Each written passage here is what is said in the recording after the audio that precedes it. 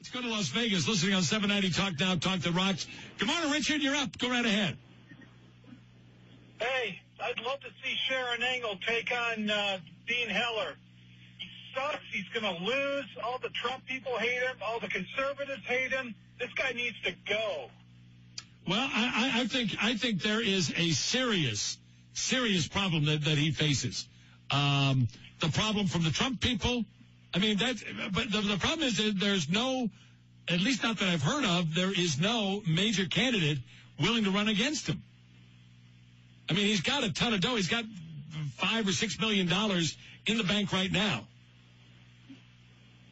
You know, and a lot of folks. He's got a lot of money, but he doesn't have anybody that likes him, except for the Who would you? Just a very liberal. But the only thing good you can say about Dean Heller is he's not an out-and-out Democrat.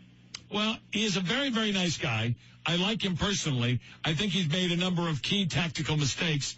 He is in a state where, I mean, he is in essentially what is now kind of a blue state.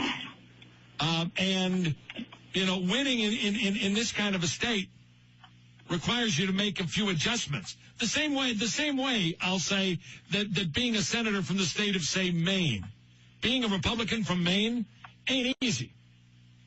And that's why those people tend to be a little more liberal. But here, the problem is you'll get primaried.